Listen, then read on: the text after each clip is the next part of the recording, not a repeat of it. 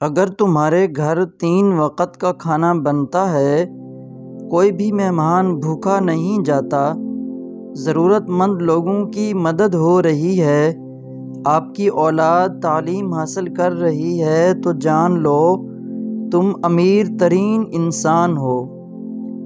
جس جگہ معاف کرنے سے خوشگوار نتائج اور اچھائی کا امکان ہو، وہاں بدلہ لینے کی خواہش رکھنا ظلم ہے۔ کوشش کرو زندگی سادگی کے ساتھ جیو۔ زندگی جتنی سادہ ہوگی، پریشانیاں اتنی ہی کم ہو جائیں گی۔ زبان پر ہلکے اور میزان پر بھاری کلمے۔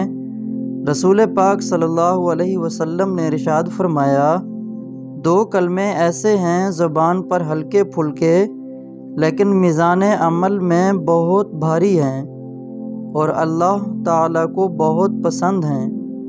وہ کلمات یہ ہیں: سبحان اللہ و بحمدہ، سبحان اللہ العظیم۔ پردہ پوشی۔ نبی کریم صلی اللہ علیہ وسلم نے ارشاد فرمایا، جس نے کسی مسلمان کی پردہ پوشی کی، اللہ تعالیٰ دنیا اور آخرت میں اس کی پردہ پوشی فرمائے گا۔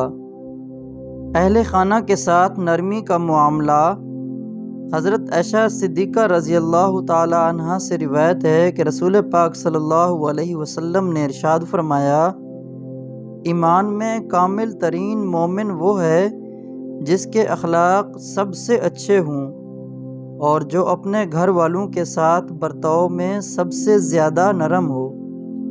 محتاجی دور کرنے کا نسخہ۔